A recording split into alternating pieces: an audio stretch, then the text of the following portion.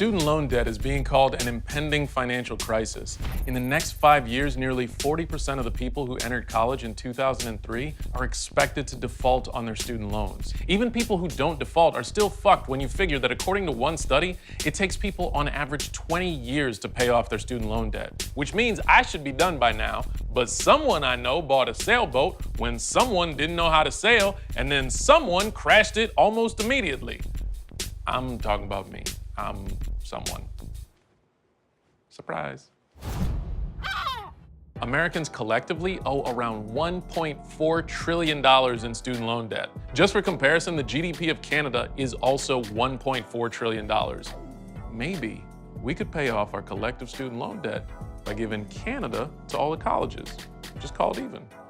Attention American universities and American University, Manitoba now belongs to you. You're welcome.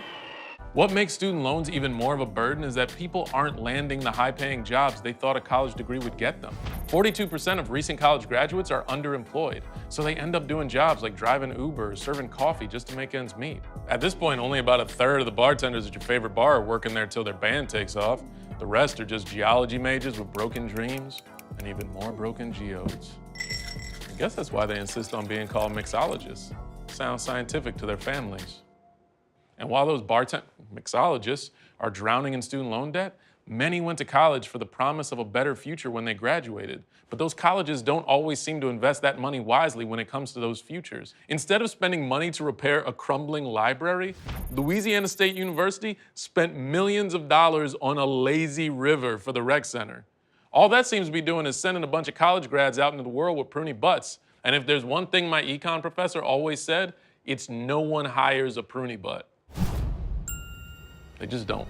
Maybe we put too much emphasis on college as the only way to succeed. What about vocational schools?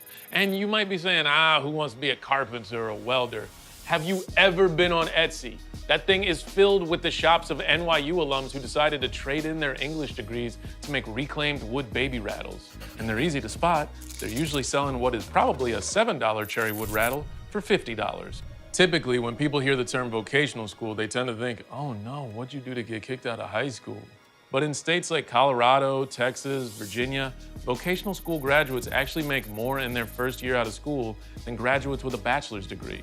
They're getting a 2-year head start on making money in fields that have expanded to keep up with the current job market, while a college graduate reads her thesis on the Oedipal implications of Biggie's first album to cry herself to sleep at night.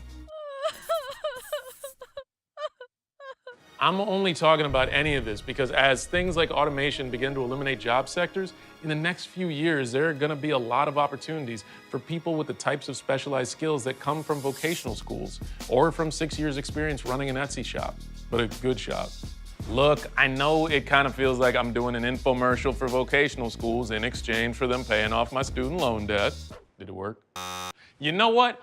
Fuck vocational schools. How about clown colleges? Seriously, you clowns want to help me pay off this debt? Come on. Look, I'll clean your big stinky shoes. Please help me. Help me, clowns.